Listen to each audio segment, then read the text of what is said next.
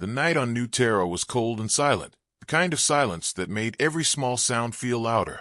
The wind moved slowly over the empty mining camp, brushing the thin metal walls of the worker huts, carrying the scent of dust and oil from the machines that slept for the night. Most miners were inside resting, but Ethan Cole was still out in the open, his flashlight beam cutting through the thin mist near the canyon edge.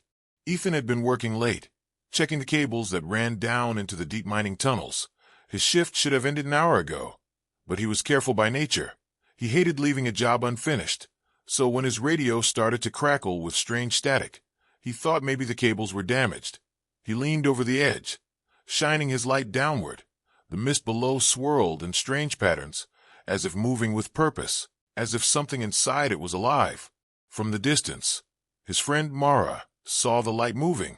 She called to him over the radio, asking why he was still out there. But all she heard back was a burst of static and a faint sound like a low hum. Ethan did not reply. He stepped forward carefully, one boot scraping loose stones over the edge. The mist seemed to rise to meet him, curling and twisting like fingers reaching upward. His light caught something moving deep inside the canyon, something tall and thin with eyes that shone like glass in the beam. Then the light flickered and died. Mara began walking toward the canyon, calling his name again, her voice echoing off the canyon walls. When she reached the spot, she found only Ethan's helmet lying on the ground, the face shield cracked and a faint blue glow fading from inside it. She picked it up and felt a strange warmth, as if it had been near a source of heat. The mist below the cliff swirled faster now, and for a moment she thought she saw shapes moving in it, too many to count. Then they vanished into the dark. The alarm was raised quickly. The camp lights came on, casting long shadows across the ground. Search teams were gathered within minutes. Some carried rifles, others carried sensor equipment. The air was tense. Every man and woman felt that something unseen was watching them. They moved in groups toward the canyon, their lights stabbing into the mist. But the beams could not pierce far before fading into nothing.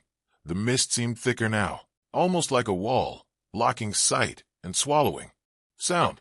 They called Ethan's name again and again, each shout answered only by the sound of shifting rocks and the distant groan of metal from the mining rigs far away. The search teams lowered drones into the canyon, but one by one the drone signals went dead. Each time the same thing happened. The video feed would show strange glowing patterns for a second, then static, then nothing. The tech crew could not explain it. The mist was not natural. It blocked more than light. It blocked machines. It blocked everything.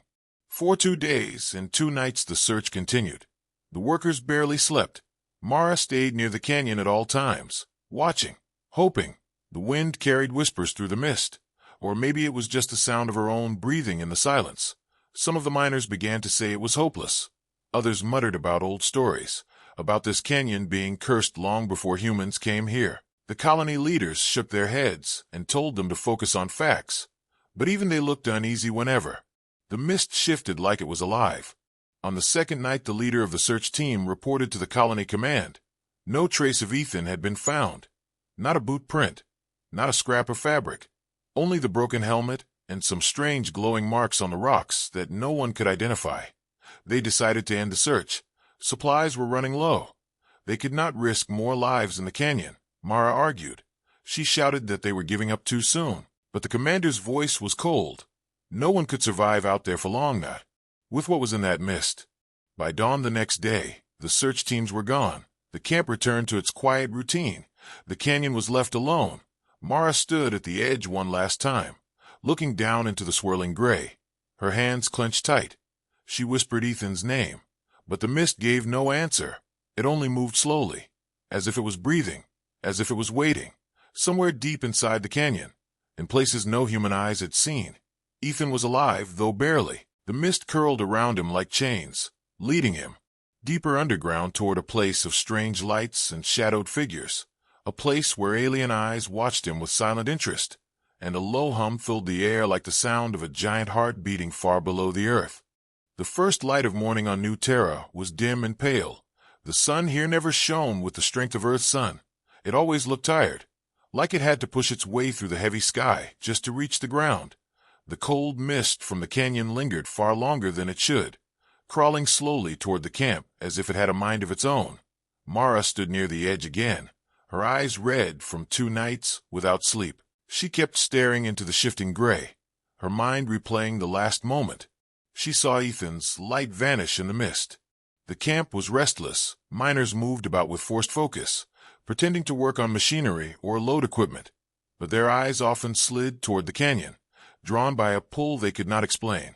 The command building's door opened and Captain Draven stepped out, his tall frame casting a long shadow across the dusty ground.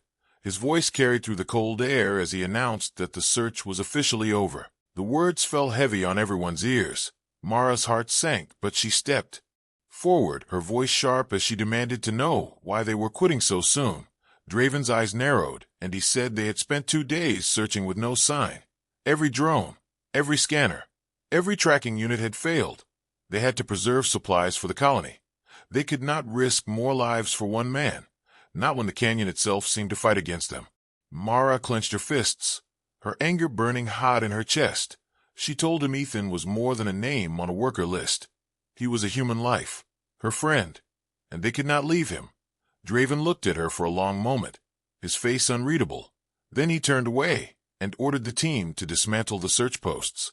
His words carried the weight of finality, the kind that kills hope if you let it. Mara refused to let it. As the workers packed up equipment, the mist seemed to pulse, a faint thrum echoing from within it. Some miners whispered that they could feel the sound in their bones. Others avoided looking toward the canyon at all, saying it made their vision blur and their thoughts scatter. An older miner named Harl told Mara in a hushed voice that long before the colony was built, the first scouts reported strange disappearances near this place. The official records never mentioned it, but the old crew had passed the stories down like warnings in the dark. They spoke of shapes in the mist, of voices that called your name in perfect imitation, of lights that danced deep inside and led people away. Mara listened, but her determination only grew stronger. She decided that if the official search was ending, she would search on her own. She began collecting her gear quietly. A small pack, a short-range lamp, and her sidearm. She was checking the charge level when she heard a voice behind her. It was Joran, a young engineer who had helped maintain the search drones. He told her bluntly she was making a mistake, that the canyon was not like any place they had ever explored. But when Mara asked if he would help, he hesitated, then nodded once, saying he owed Ethan for saving his life in a tunnel collapse months ago. They agreed to meet that night, when the camp lights dimmed and most workers slept. Until then, Mara walked the camp, her eyes catching the way people avoided speaking about Ethan now, already acting like he was gone. It made her stomach turn. The human spirit was supposed to fight for its own, not abandon them in the dark. She thought about how different things had been back on Earth, but New Terra had changed people.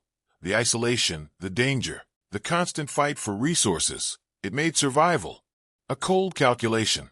Meanwhile, deep inside the canyon, far below the reach of sunlight, Ethan stirred. The air around him was thick and warm, carrying scents that were sharp and metallic. He could hear the low hum again, steady like the beat of a massive drum. In the faint glow of strange crystalline walls, he saw movement, tall, thin shapes gliding on long limbs, their bodies covered in dark plates that shimmered faintly. Their faces were narrow and smooth, with no visible mouth. Yet he could hear their voices inside his head, not in words but in pulses of feeling, curiosity, caution, something like approval. He realized they were studying him the way humans might study an unusual animal. One of them leaned closer, its large glass-like eyes reflecting his image back at him. The sensation in his head shifted to something almost like a question, and Ethan felt a pressure urging him to follow. He was led through twisting passages carved from stone that looked almost melted, the walls breathing faint light. In some places, water dripped slowly into pools that glowed from within. The air was alive with tiny floating motes that pulsed faintly as they drifted past. Ethan's fear was still there, but a strange calm began to spread through him, as if the creature's presence pushed away the edge of panic. He did not know if it was comfort or control, only that he kept walking. Back at the camp, the sun was falling toward the jagged horizon. The shadows grew long, the air colder. Mara slipped quietly from her hut and moved toward the canyon with her pack strapped tight. Joran was waiting by the tool shed, holding a small case of sensor beacons. He explained that they could leave the beacons along the way to track their route in and out, though he admitted he was not sure the signals would survive inside the mist. Together they moved quickly, keeping low and avoiding the watch post on the north side of camp. As they reached the edge, Mara felt the now familiar pull from the mist. It was like the air itself was calling to her, whispering in a language she could almost understand. She gritted her teeth and stepped forward. The thick gray swirled around them, muffling sound, muting light. Even their own breathing seemed distant. The ground sloped downward in uneven steps of rock and gravel, their lamps casting only a few meters ahead before the light was swallowed. Behind them, the camp lights faded from sight entirely. The deeper they went, the stronger the hum became. It was faint at first, like a distant vibration, but soon it filled the space around them. They could feel it in their chests, in their teeth. It was not just sound. It was something that touched the body directly. Joran paused to plant a beacon, his hand shaking. He whispered to Mara that the signal was already unstable. She told him to keep going. Every step they took seemed to shift the mist into new patterns. Sometimes it opened just enough for her to see shadows moving at the edge of vision, tall shapes that stood still the moment her light turned toward them. Far below, Ethan was taken into a vast cavern, the ceiling lost in darkness, the walls lined with strange structures that looked like a mix of coral and machinery. The tall beings, he guessed there were 6 of them now, stood in a half-circle around him. The hum was louder here, resonating through the stone. One of them reached out with a long arm, touching a thin device to his chest. He felt a pulse run through him, not painful but powerful. In his mind he saw flashes of images, stars, ships, a war fought in the black of space, a planet breaking apart under fire. Then the images faded, replaced by the sensation of urgency, of something coming. Ethan stood in the center of the vast cavern, the air around him warm and thick, the strange hum vibrating through his bones. The tall beings moved with slow precision, each step deliberate, each motion silent, their smooth faces unreadable, yet somehow filled with presence. They circled him like shadows that had taken form, and when one stepped closer, Ethan could see the delicate lines of faint light running across its armor-like skin, shifting with every small movement like a living map of energy. One of them extended a long limb toward him, its fingers ending in narrow points that glimmered faintly. It touched his shoulder gently, and a flood of sensation washed into his mind. Not words exactly, but feelings and images mixed together. He saw a star burning red and old, a fleet of ships moving through space like silver knives, a great sphere of blue and green shattering under a rain of fire. He felt loss, fear, and a strange determination that burned deep. The vision faded and the being stepped back, its eyes, clear and glass-like, reflecting him in perfect detail. He understood without speech that they were testing him. The other beings moved in closer, surrounding him in a tight half-circle. One placed a device at his feet, a thin frame of black metal that unfolded like liquid, forming a tall arch that glowed from within. The hum in the air shifted, becoming sharper. The light of the arch pulsed, and Ethan felt the pull of something unseen. His instincts told him to step forward, though every part of his mind screamed caution. When he did, the space beyond the arch changed, the cavern blurred, and he found himself standing in a narrow tunnel lit by soft blue veins in the walls. The air here felt cooler, cleaner, and it smelled faintly sweet. A sound echoed ahead, rhythmic, almost like footsteps, but with a strange double beat. Ethan moved forward slowly, his hand brushing the wall for balance. The blue veins of light responded to his touch, glowing brighter as if aware of him. Ahead the tunnel widened into a chamber, where streams of liquid light flowed through shallow channels in the floor. The alien stood waiting there, holding an object that shimmered like molten glass frozen in shape. It handed the object to Ethan with a slow, deliberate motion. When his hands closed around it, he felt the weight shift oddly, as though it was not bound entirely by gravity. The object vibrated faintly, and again images filled his mind. Images of creatures unlike anything he had seen, some with wings like sails, some with bodies like twisted trees that walked, all moving in places where the ground itself glowed under strange skies. The alien stepped back and gestured toward the far wall, where a narrow opening led into darkness. Ethan hesitated, then entered. The darkness was deep, almost absolute. But as he moved, shapes began to appear, thin spires of rock rising from the floor, each tipped with a crystal that pulsed in time with a hum. As he passed between them, the hum shifted again, becoming layered, almost like voices overlapping. His heartbeat slowed, and his mind felt clearer, more focused. He sensed that this was another part of their test, though he did not know what they sought to learn from him. In the distance, the hum became louder, and Ethan saw movement ahead. A group of smaller aliens, their frames more delicate, their movements quick and curious. They surrounded him, touching his arms, his face, the object he carried. He felt no threat from them, only a strange wonder. One of the smaller ones pointed toward a steep climb in the rock, and Ethan began to ascend.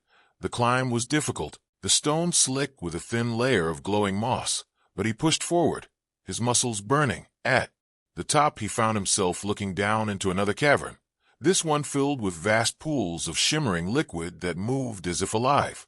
The tall alien from before appeared beside him without sound, gesturing toward the pools. Ethan stepped closer. The liquid rose slightly toward him, forming shapes, faces, hands, then stars and ships, before falling back into gentle ripples. He realized the liquid was alive, or at least responsive.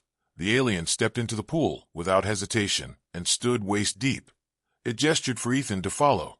The moment he entered, warmth spread through him, and the hum became a clear single tone, not heard with his ears but inside his head, a tone that seemed to speak of welcome and acceptance, though beneath it he sensed something urgent, something pressing. Suddenly the vision came again, sharper this time. He saw the mountains above, the mining camp, the people going about their lives unaware. Then the ground beneath the mountain shifted, a vast shape turning in the darkness below, an eye opening, burning with a light that was not fire, but something older, more dangerous. The vision ended with a sensation like a warning, and he knew the aliens feared this thing deeply. When he stepped out of the pool, the alien handed him a narrow band of dark metal. It fit perfectly around his forearm and tightened with a faint click. Lines of faint light spread from it across his skin, sinking in as though becoming part of him. He felt stronger, steadier, and the hum around him changed again. The alien placed its hand on his chest, and though no words came, he understood the meaning. He had passed the first trial.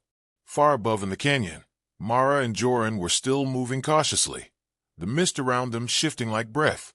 They had lost signal on the last two beacons, but they pressed on, following the faint glow they had glimpsed earlier. Sometimes the path split into several narrow ways, and the mist would seem to close behind them, erasing where they had come from. Joran muttered that it was like the canyon itself did not want them to leave. Mara kept her focus on the ground ahead, watching for any sign of Ethan, her mind refusing to accept the silence as proof he was gone. In the cavern, Ethan followed the alien out through another tunnel. This one sloped upward, and the air grew cooler.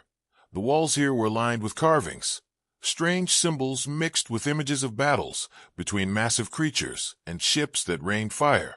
He saw figures that looked like humans, fighting alongside beings shaped like the ones beside him.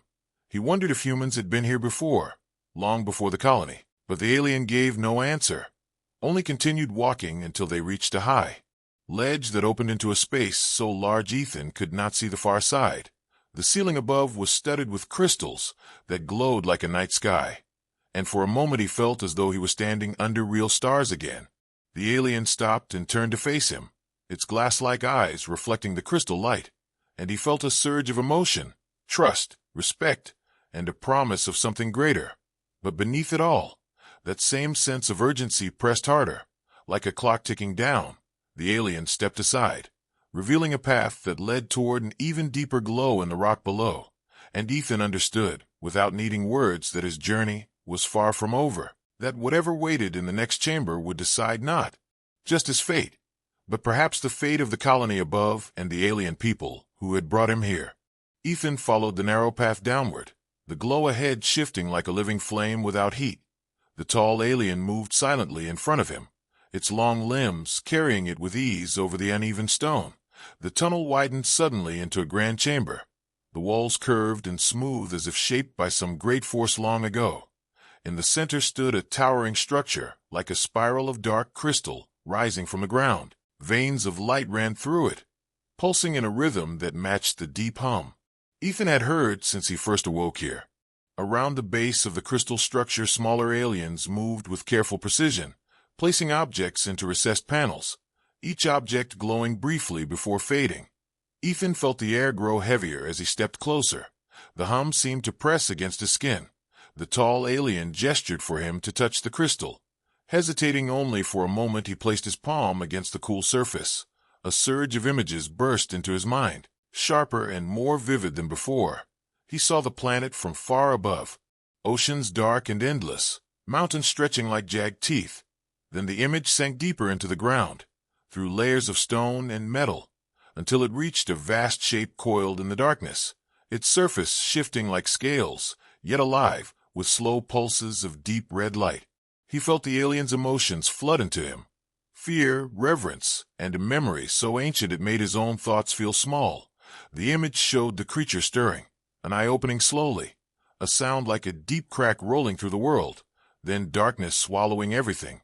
The vision broke and Ethan staggered back, breathing hard. The tall alien caught his arm, steadying him. The sensation in his mind now carried meaning. This was the enemy, the old one that had driven the Thrixan underground. Long before humans arrived, it had slept for centuries, but the mining drills of the colony had woken it. And now the creatures, stirring, grew stronger each day. The alien pointed toward a massive wall carving on the far side of the chamber. Ethan walked to it slowly. The carving showed two armies, one of Thrixan warriors and strange allies that looked almost human, the other of massive serpentine creatures rising from a cracked world. In the center was the spiral crystal, its light pushing back the darkness. He realized the crystal was not just a relic, it was a seal, something that kept the ancient creature from fully awakening. But it was weakening. The alien's gaze told him what the visions had already warned. Without help, the seal would break. Above in the canyon, Mara and Joran had stopped to rest briefly, their lamps casting shaky light over the jagged rocks. The mist around them was thinner here, but the air was heavy. Joran whispered that he felt like they were being guided, not lost, but pushed toward a place chosen for them. Mara said nothing, though she felt it too. Each step felt like it was part of a path already made. Ahead they saw faint blue glows like the veins Ethan had seen below. They followed them downward into a narrow split in the rock. In the depths, Ethan was led to a side chamber, smaller, but lined with tall stone pillars etched with glowing runes. The alien placed his hand on one of the pillars, and a section of the wall dissolved into a shimmering surface, like water frozen in place. Through it Ethan could see shapes, human shapes, walking through the mining camp above. It was as if the wall were a window through stone and distance. The alien pointed to the miners working, then gestured sharply toward the vision of the drills. Biting into the mountainside, the hum in the chamber grew louder, almost angry, and Ethan understood. The work of his own people was feeding the ancient creature's strength. The alien removed his hand from the pillar, and the vision faded. It walked toward a low table where a cluster of small metallic objects lay, each shaped like a crescent, each humming faintly.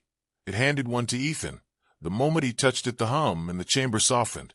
The alien gestured to his head, and then to the object, and Ethan realized it was a translator. When he placed it near his ear, the alien's voice came into his mind with clarity, deep and resonant, speaking in slow, deliberate words.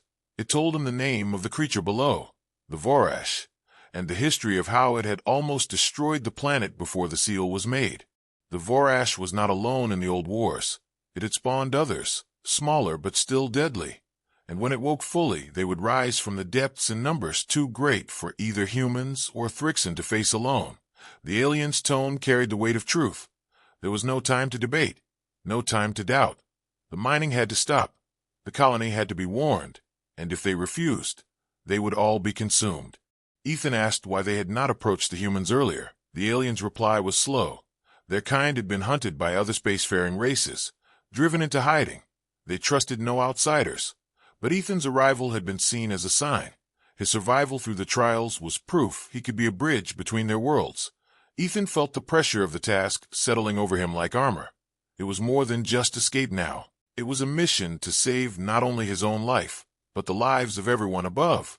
The alien led him back to the great crystal, where a group of Thrixan warriors waited, each wore armor etched with the same glowing lines as their leader. Each carried weapons unlike any Ethan had seen. The leader placed its hand on Ethan's chest once more, and the translator filled his mind with the words, "You will return to your people. You will speak for us. You will tell them the Vorash stirs, and you will bring them to stand beside us. If you fail, there will be nothing left for either of our worlds." Above, Mara and Joran descended another steep slope, the blue light growing brighter, the hum faint but building. They exchanged uneasy glances. The air was warmer now, and the mist moved with a purpose, curling around their legs like something alive. Ahead the rock opened into a broad ledge, and below they saw a sight that made them both stop. An enormous cavern, its walls glowing with veins of light, and far below, shapes moving in slow circles, tall figures with long limbs and gleaming armor. And at the center, standing between them, a human figure they both knew at once. Mara's breath caught in her throat.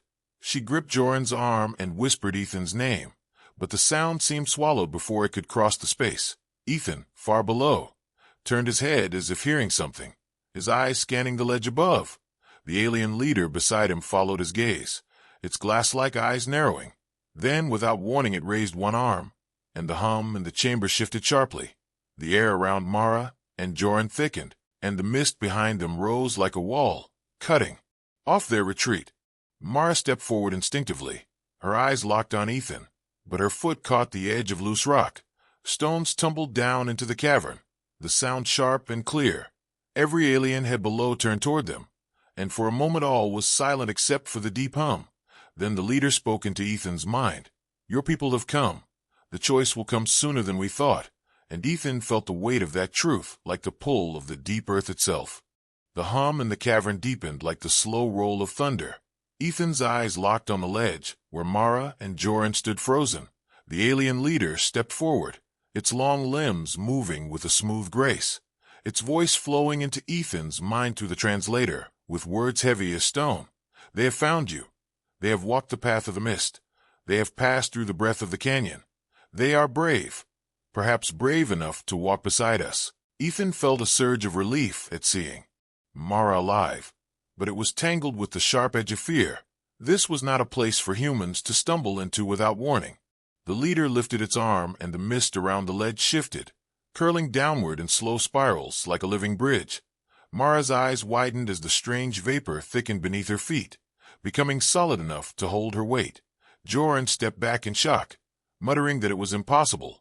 But Mara ignored him, stepping carefully onto the mist bridge, her gaze fixed on Ethan. She felt no wind, no sound except the deep hum. The mist itself seemed to guide her steps, carrying her and Joran downward until they reached the cavern floor. The Thrixan warriors turned their tall, armored forms toward the newcomers, their glass-like eyes reflecting the soft glow of the walls. The leader stepped aside so that Ethan could move forward.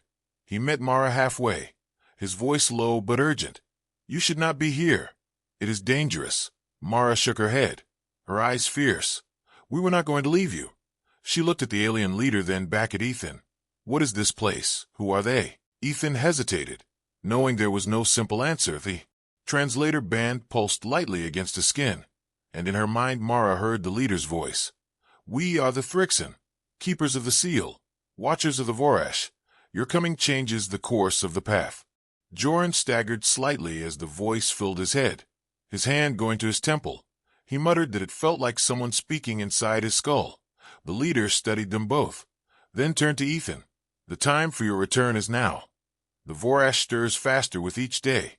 You will take these two, and you will go to your people. Tell them what you have seen.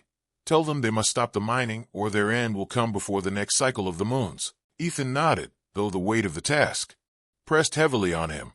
The thought of convincing the colony leaders felt almost as impossible as crossing the canyon alone.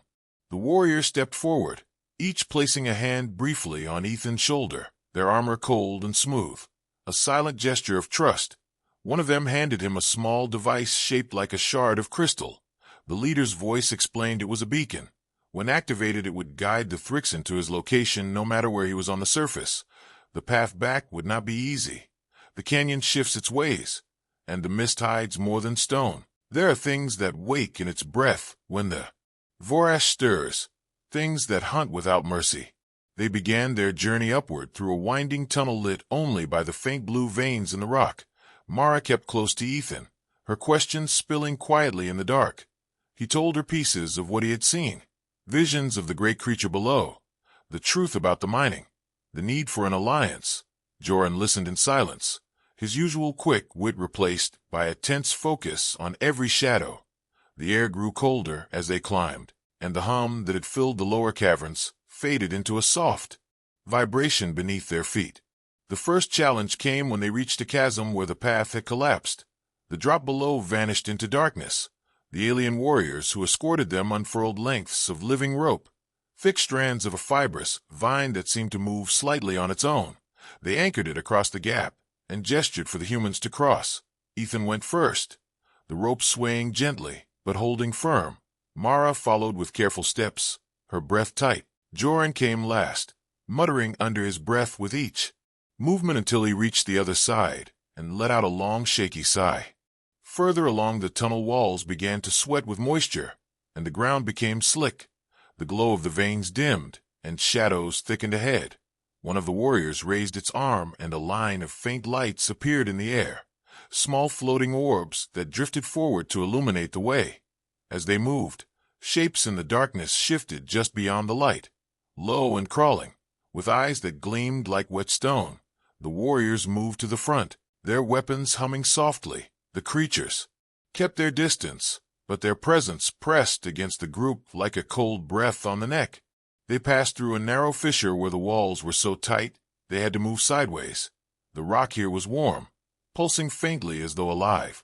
Mara's hand brushed against it, and she pulled back with a shiver, saying it felt like the skin of something sleeping. Ethan told her quietly not to touch it again. The fissure opened into a small chamber where they paused to rest. One warrior pressed a hand to the floor, and a ripple of heat spread outward, warming the air. Mara sat close to Ethan, her voice low. "You have changed. You look harder somehow." He met her gaze and said, "I had to be. There is too much at stake now." When they resumed the climb, the air grew sharper, carrying a faint metallic tang. The warriors began to move faster, their heads turning as if listening to something ahead. Ethan felt it too, a faint vibration that grew stronger with each step. The tunnel bent sharply upward, and they emerged into a massive shaft that reached toward a distant point of light. Far above was the canyon itself, its walls shifting with the slow drift of mist. The climb here was steep, carved steps worn smooth by ages. The warriors took the lead, guiding them quickly upward.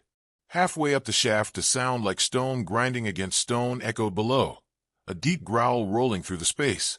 The warriors turned, weapons raised, and in the darkness far below a shape began to rise, too large to see clearly, its form shifting like the mist, but solid enough to shake the steps with its weight. One warrior motioned for Ethan and the others to keep climbing while they stayed to hold the creature back. Ethan wanted to argue, but the leader's voice cut into his mind. "Go, this is the first shadow of the Vorash. If you look too long, it will know your face." Ethan pulled Mara and Joran upward, their breath ragged, the light above growing brighter with each step. They reached the top of the shaft and stepped out into the canyon air, the mist swirling around them in slow spirals. The leader emerged moments later, the other warriors gone, its armor cracked in places, its voice heavy but steady. "The path is open. Go now. Take the warning to your people." The leader stepped back into the mist, its form fading until only the hum remained. Then even that was gone. Ethan looked at Mara and Joran, the weight of what they carried heavy on all of them. Ahead lay the camp, the colony, and the near certainty that no one would believe their story. But the truth was now carved into Ethan's mind like the runes in the Phyrexian stone. They had to try, because the Vorash was not waiting to be believed. It was waking, and when it rose, the world above and below would burn together. The march began under a sky heavy with swirling clouds, each one tinged with pale silver from the twin moons above. The air was cool and still, holding the quiet weight of expectation. Ethan walked at the head of the group, flanked by two of the tall alien warriors, whose glowing eyes scanned the horizon without pause. Behind them came more warriors carrying strange weapons that shimmered like liquid in the starlight. followed by smaller alien figures who moved with quick, graceful steps. The sound of their feet on the dry ground was soft but steady, a heartbeat that kept the column in rhythm. Ethan could feel the eyes of the aliens on him, not with suspicion but with something close to respect. In the time since he had been found in the mist and brought into their hidden city, he had learned more than he ever thought possible about them. He had learned their names, their rituals, and the truth about the canyon.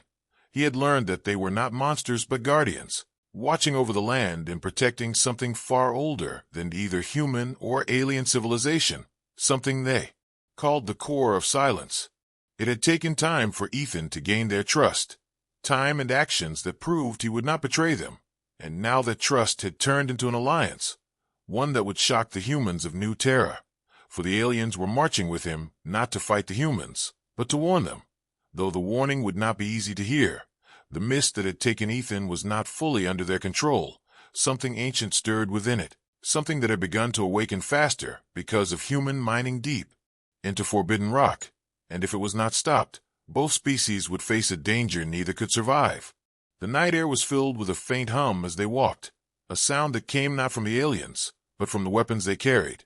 The hum was almost like the one Ethan had heard when he first vanished, except now it was steady and controlled. The hum was meant to push the mist back, to keep it from touching them during the journey. And it worked. The path ahead remained clear, though the mist lingered far off like a gray ocean watching them from a distance. Mara waited at the edge of the canyon, her eyes fixed on the mist as she always did. She had not expected to see anything tonight, not after so many nights of waiting in vain. But then the glow came, faint at first and growing brighter, lights moving in a pattern that was too precise to be natural. Her breath caught in her throat as shapes began to emerge from the mist, tall shapes, moving together, and then her heart leapt, for among them she saw him, walking with steady steps, his face pale, but alive, his eyes scanning the camp until they found her. She ran toward him without thinking, the guards at the edge of camp shouting in alarm as they saw the aliens behind him. Rifles were raised, voices shouted orders, but Ethan lifted a hand, calling out to stop, his voice carrying across the distance, telling them to lower their weapons, to listen. But the tension was sharp. The guards had never seen anything like this. Alien warriors with glowing eyes and strange weapons walking straight into their camp, and their instincts screamed danger. Mara reached him first, her hands gripping his arms as if afraid he might vanish again. She asked 100 questions at once, but he only said her name and told her that there was no time for questions yet. The commander of the camp arrived, flanked by more soldiers, his face hard and suspicious. He demanded to know what was happening, why Ethan had brought them here. Ethan turned to the alien leader beside him, a figure taller than any human with armor that seemed grown from crystal. The alien's voice was deep and carried strange tones, yet the words came in perfect human speech thanks to a small device on his chest.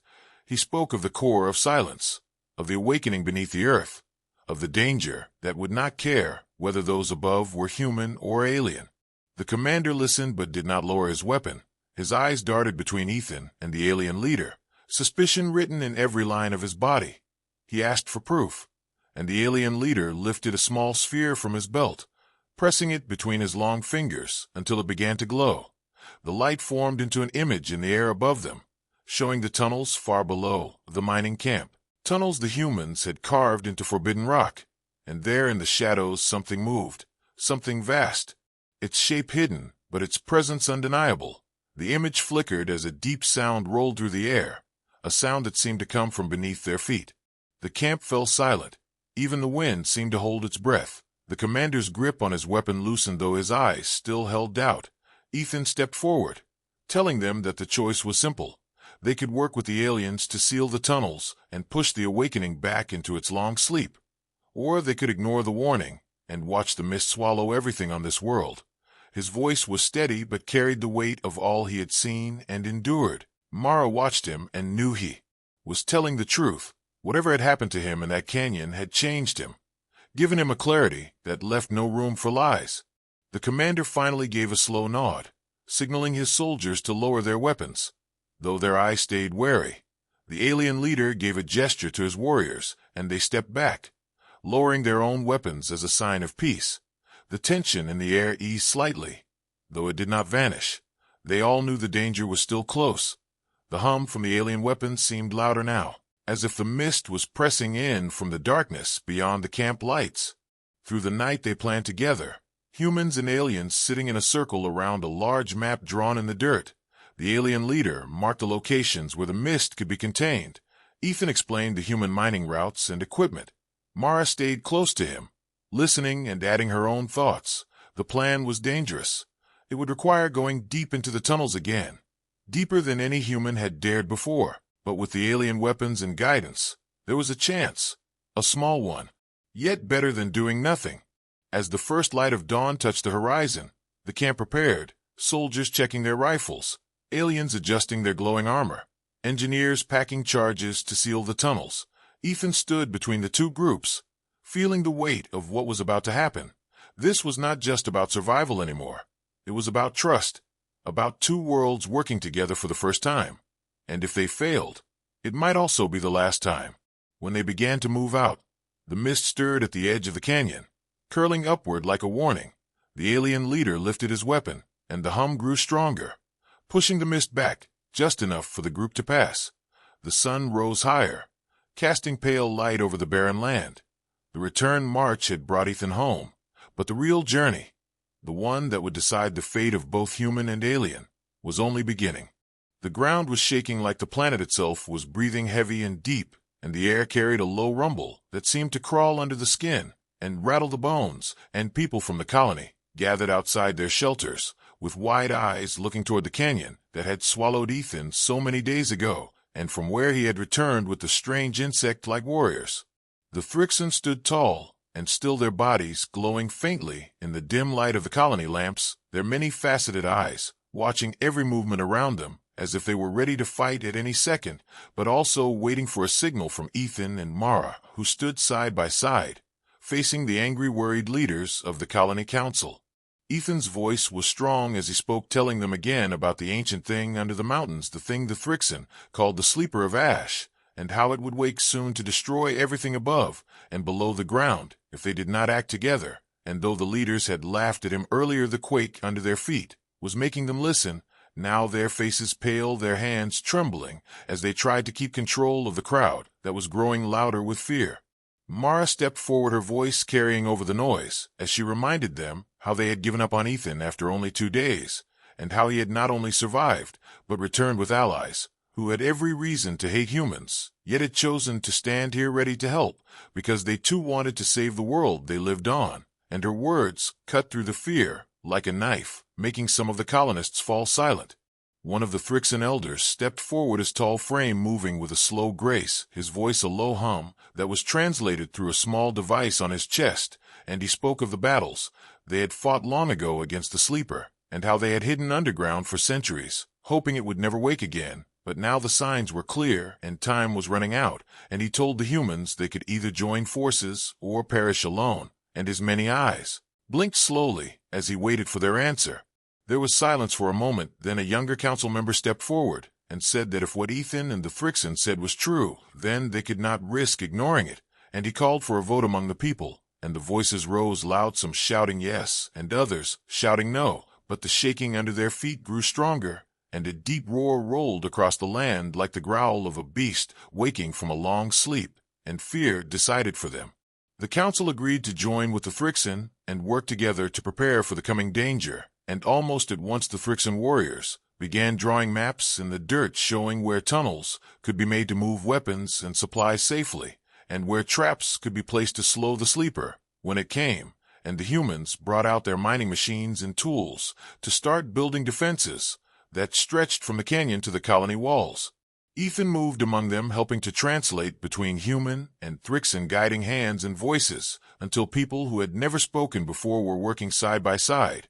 And though there was still fear in their eyes, there was also a spark of something new, something like hope. Mara watched him with a mix of pride and worry, knowing the battle ahead would test them all, and when Ethan caught her looking, he gave her a small nod, as if to say they would make it through together, and she returned the nod with a faint smile, even as another quake rolled through the ground, shaking dust from the roofs above them. At night the colony was lit not only by their usual lamps, but also by the soft blue glow of the Thrixan armor, and people moved like shadows between the lights, carrying tools, food, and messages, and every time the ground rumbled, they all paused listening, holding their breath, until it passed, and then went back to work knowing there was no time to waste. The Thrixan elders taught the humans how to weave energy nets that could trap and slow the limbs of the sleeper, and the humans showed the Thrixan how to use their heavy mining drills as weapons, and together they built walls and the tunnels reinforced with alien metal that could withstand great force, and for the first time, in living memory, both races ate together in the same space, sharing food and water and stories, while the work never stopped. Ethan knew that trust was still fragile. Some humans whispered that the Thrixan would betray them once the sleeper was gone, and some Thrixan muttered that humans were too selfish to fight for anyone but themselves. Yet each day of working side by side seemed to chip away at those doubts, just a little, and bonds began to form in small ways, like a shared laugh or a hand offered to lift a heavy stone. On the 7th night after the alliance began, a great tremor shook the colony harder than any before, and the ground split in places, spilling glowing ash into the air, and a roar like thunder rolled over the mountains, and echoed through every tunnel and chamber, and everyone froze, knowing that the sleeper was closer now. Ethan stood on the colony wall, looking toward the canyon, where a faint red glow was beginning to rise from deep below, and the Thrixan warriors climbed up beside him, their weapons ready, their eyes fixed on the same place, and Mara joined them, her hand resting lightly on Ethan's arm, and they stood there together, human and alien, facing the darkness. Behind them the colony was awake and alive, every person moving to their stations, every machine ready, every trap set, and though fear was thick in the air, there was also a strength there that had not existed before the alliance, and Ethan felt it like a pulse running through the ground beneath his feet. He turned to Mara and to the Thrixan elder who stood nearby, and said that whatever came out of that canyon, they would face it together, because giving up was no longer an option, and because they had something worth protecting now, not just their own people, but each other. And the elder gave a slow nod, and Mara's grip tightened as the glow from the canyon grew brighter, and the air filled with the sound of something massive moving toward the surface. The night before the battle began was quiet for a moment, as if the world itself was holding its breath, and Ethan looked out over the land, thinking of how he had been left for dead, and how he had returned not alone, but with friends no one could have imagined, and he knew that whatever happened next, the story of humans and Thrixan would never be the same again.